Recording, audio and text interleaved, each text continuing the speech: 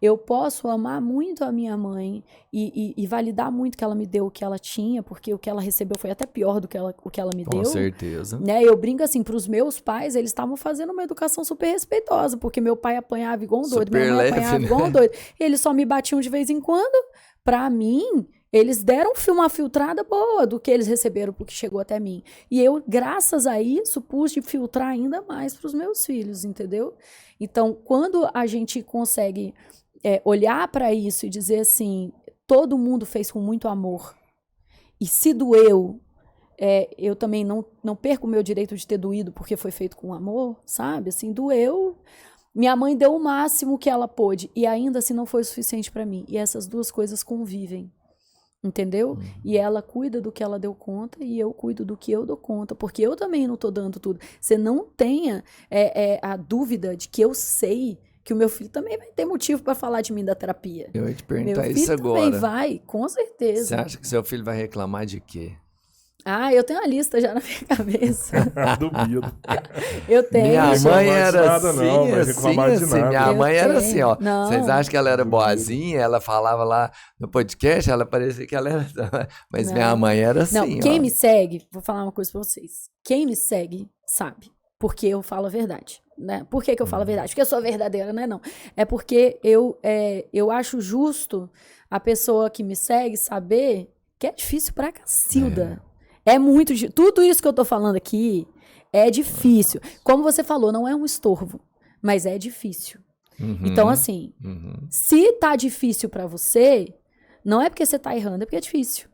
Então eu boto lá, galera, hoje eu perdi a paciência com meu filho, gritei muito com ele, Isso é humano, né? sabe? Ou eu coloco lá assim, cara, vocês não vão acreditar, eu sabendo tudo que eu sei, interpretei completamente errado o negócio que meu filho falou, levei pro lado pessoal, sabe? Eu falo, e tipo assim, lógico que eu não falo todas, porque senão daqui a pouco o povo vai falar que essa menina, será que ela sabe do que ela tá falando? Porque senão vai ficar parecendo que eu só erro, né? Então eu também falo dos meus acertos, e aí quando eu falo dos acertos, vem meia dúzia e fala, nossa, você deve ser perfeito. E eu falo, não, lê os outros posts também, não pode ler só um, você tem que ler todos. Senão ou você vai achar que eu sou um monstro, ou você vai achar que eu sou perfeito. E eu não sou nem monstro, nem perfeito. Mas assim, e dentro da minha imperfeição, eu tô quebrando ciclos. Então, quando a gente tenta quebrar ciclos, eu tenho padrões. Como eu disse pra vocês, sou uma pessoa muito negativa. Eu sou uma pessoa que eu faço um exercício de ver o lado positivo das coisas. E isso tudo meus filhos estão vivendo. Eles vivem com uma pessoa que, se eu puder, eu tô reclamando das coisas. E aí o meu marido às vezes me cutuca. Você tá reclamando demais na frente dos meninos. Caraca, é verdade. Você tava falando mal da nossa viagem que eles amaram. Daqui a pouco eles não vão conseguir validar a viagem, porque você só vê, porra, tava cheio de fila, porcaria do parque, droga, não sei o quê. Entendeu? Então, assim, tem muita coisa, muitos momentos. Eu tenho, por exemplo, de falar assim, pô, Theo, não acredito. E depois eu fico, não devia, sabe? Se ele erra, eu fico, pô, não acredito, você tá fazendo isso de novo. Eu sei que eu não posso falar isso, eu ensino que não se deve falar isso, mas o meu automático é falar isso. Então eu me arrependo. Eu falo depois, ó, filho, eu falei, não acredito, mas você lembra que eu não posso falar isso, eu que tô errada. Né? Então aí o meu filho, por exemplo, eu falo, né, educação democrática, a criança pode corrigir. Meu filho fala, ó, mãe, você tá falando de novo o negócio, não acredita, hein? Você disse pra mim que não vai falar mais, você tá falando. Falou assim, eu não acredito que eu tô falando Eu não isso, não. acredito que eu tô falando essa merda de novo. Você pede desculpa a hora que ele te corrige. O tempo inteiro. Isso é um negócio assim, meus filhos pedem muita desculpa pra mim, eu peço muita desculpa pra eles, e não é aquela desculpa vitimista, não. Tipo, ai, me desculpa, eu não devia. É tipo assim, aí, ó, fiz de novo. Mas a desculpa resolve. Hã? A desculpa resolve. Cara, desculpa, olha só, pedido de desculpa, a frase que a gente fala lá em casa é pedido de... A desculpa significa eu vou tentar não repetir. Entendi. É assim, tô aprendendo. Se a partir do momento que você... Porque sabe qual é o negócio? Tem muita gente que me pergunta umas coisas que são da educação tradicional. Então, o raciocínio da educação tradicional, ela não cabe dentro de uma educação democrática. Então, eu vou te dar um exemplo. As pessoas falam assim, mas se tudo que seu filho fizer de errado, ele só pedir desculpa e tá resolvido, ele vai ficar errando e pedindo desculpa. Esse é um raciocínio da educação tradicional, porque é o raciocínio da pessoa que é punida. Então, quando eu sou punida, eu paro de fazer para não ser punida. Então, se eu paro de ser punida, eu continuo fazendo. Os meus filhos param de fazer porque eles entenderam o porquê de não fazer aquilo. Então, eles não têm Não é um reforço ele poder me pedir desculpa. Ele não parou de fazer, apesar dele querer continuar fazendo. Ele parou de fazer porque ele falou, Posso perdeu a ser graça. melhor. Entendi. Entendeu? Então, o raciocínio da educação tradicional é, se você deixar ele pedir desculpa e passar pano pra ele vai continuar fazer fazendo besteira. direto, vai ficar normal. Tanto que a gente tava essa semana, a gente pegou carona com uma amiga minha nessa viagem aí do parque, e a minha amiga tava dando carona e o Theo falou assim, tia, você pode, por favor, não passar do limite de velocidade? Porque no Waze deu o que ela tava passando. Só que, na verdade, sabe quando muda o limite de velocidade e o Waze ainda não identificou? E aí ela falou assim, não, meu amor, já tô na velocidade certa, pode confiar em mim, que eu tô dirigindo, eu sei. Aí ele falou assim, eu fico com muito medo por causa das outras pessoas. Porque ele sabe que o limite de velocidade não é com relação ao nosso carro só. É com relação aos carros que estão ao nosso redor. Sim. Então o Theo, em momento nenhum, estava preocupado com multa. Ele não falou isso, tia, eu tô com medo de você levar uma multa. Ele falou assim, eu fico preocupado. Se tá dizendo que essa é a velocidade, a gente tem que confiar no conhecimento do engenheiro de trânsito, de que essa é a velocidade segura aqui. Meu filho tem 10 anos e já sabe que existe um engenheiro de trânsito, que é quem calcula, que é quem sabe se aquela curva a 80 vai ser mais perigosa para as pessoas ao nosso redor e tal. É isso. Meu filho vai ser o tipo de pessoa que anda na velocidade porque tem um pardal? Não vai. Porque ele já entendeu a lógica, entendeu? É difícil relacionar com outras famílias para você, assim? É muito difícil. Essa é a parte mais difícil. Tanto que hoje eu me relaciono majoritariamente com alunas. Entendi. Nós já mas eu somos falo uma assim, comunidade. Famílias que são amigos dos seus filhos, por exemplo, É provavelmente difícil. vai ter uma educação É difícil. diferente. Difícil por vários motivos. E o principal deles é que eu fico trabalhando o tempo todo, né?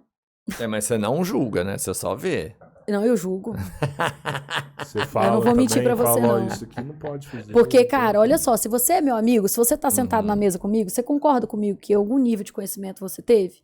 Claro, Eu não 100%, julgo uma pessoa que eu tô vendo num parquinho que nunca ouviu falar Aham. da educação respeitosa. Agora, uma pessoa que tá na minha frente, convivendo comigo ali, Verdade. e faz questão de castigar o filho na minha frente, Verdade. eu não posso conviver com uma pessoa dessa. É uma afronta pra mim. E eu tenho vontade de olhar na hora e falar, o que você acha que esse menino aprendeu com você pegando no braço dele assim? Que ele é um incompetente, que você não ama ele quando ele erra. Por que você acha que seu filho fez o que ele fez? Você acha que é porque ele não te ama? Ou você acha que ele tem só 4 anos e o corpinho dele ainda tá aprendendo os negócios todo? Bicho, tudo o que você sabe. Tudo o que você sabe, você aprendeu. Os adultos tratam a criança como se ela já tivesse que ter nascido sabendo. Não tem que dividir. Por que tem que dividir? Me dá seu celular então agora. Eu vou passar o dia inteiro com seu celular na minha mão. Tem que dividir. Me dá. Eu vou mexer no seu celular todinho agora. Não, é meu. Pois é, dividir é difícil, cara. Vai pegar a batatinha que eu tô separando o almoço inteirinho pra comer a batata por último. Vai pegar minha batata. Não quero, é meu. Não quero dividir. A gente fica exigindo das crianças coisas que a gente não faz. Seu filho já mentiu pra você alguma vez? Sim, a gente tem uma visão sobre mentira que é muito específica, né? A criança mente numa fase da vida que ela tá descobrindo a mentira. Então, a criança só tem 2 motivações para mentir. A primeira é ela não ter o valor simbólico traiçoeiro da mentira. Então, quando uma criança de 4 anos mente para você, ela acabou de descobrir que ela pensa coisas que você não tá ouvindo. Então, isso para ela é muito divertido. Ela não tem a mínima noção de que você vai ver isso com uma visão simbólica, traiçoeira, falta de respeito. Não, ela tá ainda uma fase antes a essa que é. Ele não sabe tudo que eu sei, que eu tô pensando que ele é um boboca aqui na minha cabeça, ele não tá ouvindo. Ela se diverte com isso. A individualidade dela tá sendo construída. É muito divertido. Não tem peso simbólico, não é para te fazer mal. Se essa criança já tem esse peso simbólico e ela tá mentindo para você, ela tá te escondendo alguma coisa, aí a gente volta lá para aquela palavra, motivação. O que é que motiva a sua criança a esconder uma coisa de você? Ela tá com medo de você? Então, talvez a forma que você se comunica com a sua criança tá deixando ela sem liberdade de contar as coisas. E sabe o que é que isso é perigosíssimo? Porque se alguém um dia pega e põe a mão dentro da roupa dela e pede para não te contar, ela vai ter medo de te contar, porque ela tem medo de você. Se um dia ela faz uma besteira lá na escola que tem uma consequência horrível, que a escola vai descobrir, e ele foi porque o amigo falou que era outra coisa, ele vai ter medo de te contar, ele vai ter medo de te defender. Ele não acredita que você vai dar conta, e o seu filho não acreditar que você dá conta é horrível. pior coisa que você pode ter na relação com seu filho é a sua criança ter a impressão de que você não vai dar conta. De que você não tem maturidade para dar conta com a verdade, entendeu? Então, é o único motivo para uma criança mentir. Ela não acreditar que contar a verdade vai ter um bom resultado. Seus filhos já pegaram alguma coisa que não era deles? Não. Nunca foi um problema, não? Não. É porque eu acho que quando você cria a criança com muito respeito e empatia, tô sendo sincera, a criança, o natural dela é respeito e empatia.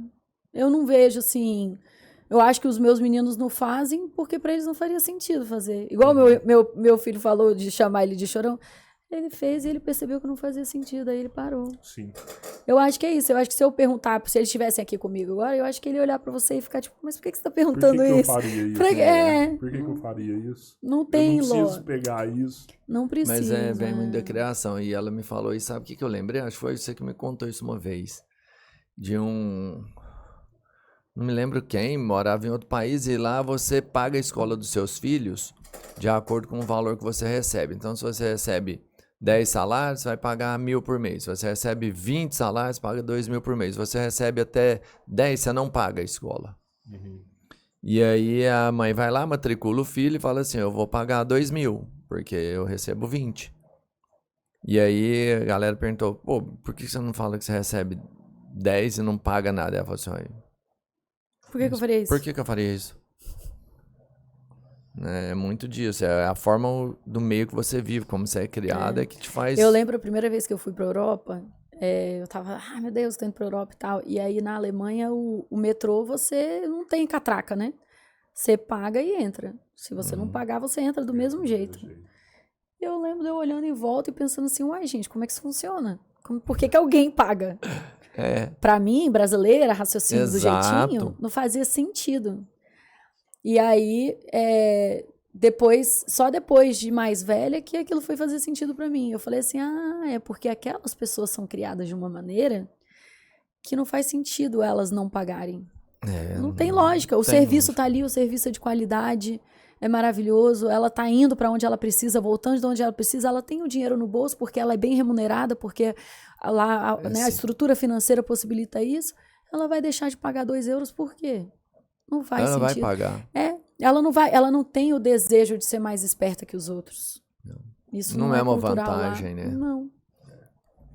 O raciocínio dela é se ninguém pagar, não vamos ter esse metrô bom, né? Mas o meu amigo teve nos Estados Unidos. Ele chegou, entrou. História engraçada. Muito foda esse. Ele entrou no museu, tipo, quando abriu o museu, ele entrou, 8 horas da manhã. Passou o ticket e o ticket saiu.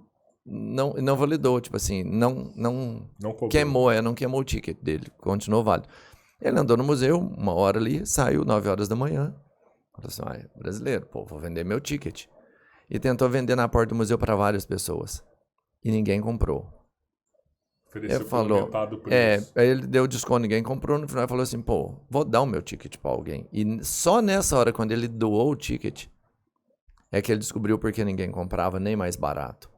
Porque ele virou para umas 3 pessoas, falou, entrei para ir no museu, mas eu tenho uma reunião, não vou conseguir entrar, eu já peguei um ticket, pode ficar com ele porque eu não vou entrar, não vai dar tempo, pode ficar com o ticket. E aí o primeiro não quis, o segundo não quis, o terceiro falou assim, cara, e foi quando eu teve a explicação total do início. Sabe por que eu não quero esse ticket? Porque você pagou para entrar no museu, você contribuiu com o museu, esse museu é muito legal. Eu quero dar minha contribuição agora, porque eu também quero ajudar. Se eu ganhar esse ticket, eu não ajudei o museu. Uhum. Você está me tirando a oportunidade de fazer o museu funcionar. Eu vou fazer pagar. A minha parte, né? Eu vou pagar. E pagou e entrou. Ele falou, não, realmente ninguém vai pegar. É outra forma de enxergar de fazer. a comunidade, assim, né? O senso de coletivo é outro, né? Eu quero fazer o bem, eu quero fazer isso aqui funcionar, eu quero dar minha contribuição para que seja bom. É o pensamento lá.